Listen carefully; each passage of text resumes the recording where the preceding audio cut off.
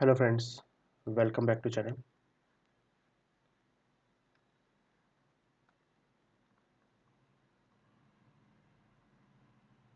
Welcome. आज number class number हमारी 31 है। इससे पहले की 30 क्लासें हो चुकी हैं।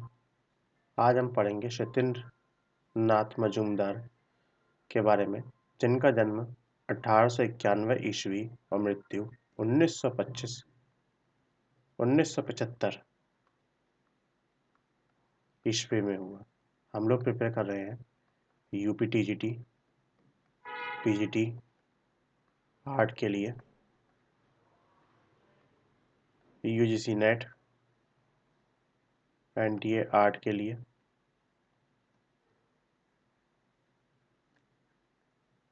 डीएसएसबी के लिए। सत्येंद्र नाथ मजूमदार अवनींद्र नाथ ठाकुर के प्रधान शिष्यों और कला की पुनर्जागृति में योगदान देने वाले में से एक थे। सन 1891 ईस्वी में मुर्शिदाबाद, पश्चिम बंगाल के निमटिया क्षेत्र में जन्मे मजूमदार की कला शिक्षा कलकत्ता आर्ट स्कूल में और 6 वर्ष शांति निकेतन में अवनींद्र नाथ के सान्निध्य में रहकर पूर्ण हुई। कोलकाता के सामूहिक प्रदर्शनी के दौरान सत्येंद्र नाथ के चित्र भी लगे, जिन्हें देखकर वसरज लेडी हार्डिंज और लॉर्ड हार्डिंज आश्चर्यचकित रह गए और कलाकार से मिलने की इच्छा प्रकट की। उन्हें घर बुलवाया। 14 से 15 वर्ष के युवा के इतने सुंदर चित्रों को देखकर उन्होंने सारे चित्र खरीद लिए और आपके नाम सहित फोटो तथा चित्रों की प्रतिलिपियां अखबार में छपवाईं। 16 वर्ष की उम्र में आपके द्वारा बनाए ध्रुव के चित्र की भी लोगों ने प्रशंसा की। शांति निकेतन से कला शिक्षा पूर्ण करने के पश्चात सत्येंद्र नाथ बाबू ने कला अध्यापन करने का निर्माण किया और वह तत्कालीन Indian society of oriental arts में अध्यापक बन गए। बाद में प्राचार्य भी। और इस प्रकार 18 वर्षों तक आपने कला विद्यार्थियों को शिक्षित किया। सन 1942 में आपने 22 वर्ष इलाहाबाद विश्वविद्यालय के ललित कला विभाग में अध्यक्ष बतौर कार्य किया, किंतु एमए की डिग्री न होने के कारण आप एक प्राध्यापक का ग्रेड ना पा सके। 62 वर्ष की आयु में आप सेवानिवृत्त हुए। 20वीं शताब्दी के दूसरे तथा तीसरे दशक में मजूमदार के चित्रों की चित्र प्रदर्शनियां की धूम रही। कोलकाता, बनारस में सामूहिक प्रदर्शनियों के साथ साथ चौथे तथा छठे दशक में 3 विशाल रेट्रोस्पेक्ट प्रदर्शनियों का आयोजन हुआ। सत्येंद्रनाथ एक सांस्कृतिक पारिवारिक से संबंध रखते थे अतः उनकी कला के प्रति समर्पण की भावना उनके वैष्णव मर्यादा के अनुरूप थी, जिसके लिए आपके आजीवन अपनी प्रतिबद्धता निभाई। यही कारण है कि आपके चित्रों के विषय भी धार्मिक, पारंपरिक तथा पौराणिक थे। चैतन्य की चटशाला गुरु के द्वार पर चैतन्य का ग्रह परित्याग संत के रूप में कृष्ण प्रेम में विभोर आदि चित्र हैं। महाप्रभु का उद्दंत समर्पण, विष्णुप्रिय, रूप गोस्वामी और मीरा, चैतन्य महाप्रभु, जामुन, चरण संस्कार, निमाई, सनातन भक्ति और वैराग्य आदि है। इनके अतिरिक्त उन्होंने सरस्वती, लक्ष्मी, मनसा देवी आदि देवियों को भी चित्रित किया।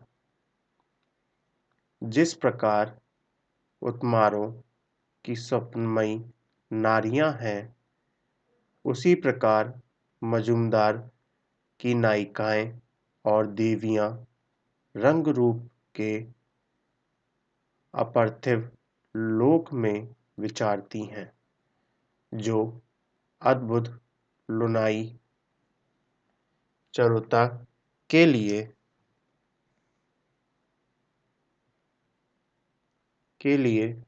है। उनके झुके हुए शीश, पतली लंबी मुड़ी उंगलियां और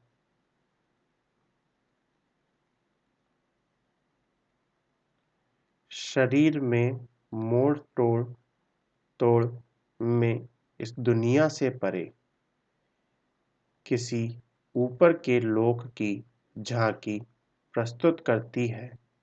जिस मजूमदार की आकृतियां सुंदर हैं, उसी प्रकार उनके चित्रित वृक्ष भी लुभावने हैं। पृष्ठभूमि में विशेषता वृक्षों पर आधारित प्रयोग है।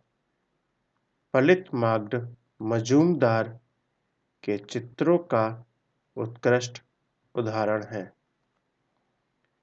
जया अप्पा स्वामी के अनुसार सत्येंद्रनाथ के रंग एवं रेखाओं में मध्यकालीन कवियों की कविता आभास होता है। इस प्रकार वाश रंगांकन पद्धति में व जल रंगों की टेम्परा पद्धति को शुद्ध रूप से प्रयुक्त करने वाले कदाचित वे पहले भारतीय चित्रकार थे। हल्का पीला, हरा, लाल और गेहुआ उनके प्रिय रंग थे। उनके चित्रोत्कर्ष को स्वीकार करता हुए उनके गुरु अवनींद्रनाथ ठाकुर ने कहा था, सत्येंद्रनाथ हमारा शिष्य है, लेकिन आपकी रेखाओं और रंगों के संयोजन में इतना कोमल, इतना सहज है कि हमसे भी आगे बढ़ गया है। पालतू जानवर और नारी, चरण श्रृंगार, भक्ति, वैराग्य है। ये सब उनके आर्ट के फॉर्म्स थे। आगे अब हम देखेंगे शैलेंद्र नाथ डे के बारे में, जिनका जन्म 1890 ईस्वी दरगंज प्रयागराज में हुआ। शैलेंद्र नाथ डे बंगाल शैली के कुशल कलाकार थे। उन्होंने अवनी बाबू का शिक्षार्थ 1909 ईस्वी में ग्रहण किया और अपनी कला शिक्षा पूर्ण कर महाराजा स्कूल ऑफ आर्ट जयपुर में उप प्रधानाचार्य हो गए थे। डे ने जयपुर में अनेक सुंदर चित्रों की रचना की तथा चित्रकला के प्रति विशेष जनचेतना जागृत की। उन्होंने भारतीय चित्रकला के विद्यार्थियों के लिए भारतीय चित्रकला पद्धति शीर्षक की एक पुस्तक भी लिखी, जो अत्यंत लोकप्रिय हुई। उन्होंने जयपुर में रहकर अपने योग्य शिष्यों को कला की शिक्षा दी। उसमें राम गोपाल विजयवर्गीय, श्री मोहनलाल, शंभुनाथ मिश्रा, अविनाश चंद्र गौतम, देवकी नंदन मिश्रा के नाम से प्रमुख है। फ्रेंड्स, लाइक जरूर करें वीडियो को, चैनल को सब्सक्राइब करें और शेयर करें वीडियोस को। नोट्स बनाते चलें, 6 से 7 बार रिवीजन करें और याद करते रहें। आगे हम पढ़ेंगे मनीषी डे के बारे में। 1906 में इनका जन्म हुआ और 1966 में इनकी मृत्यु हुई। मनीषी डे जन्मजात चित्रकार थे।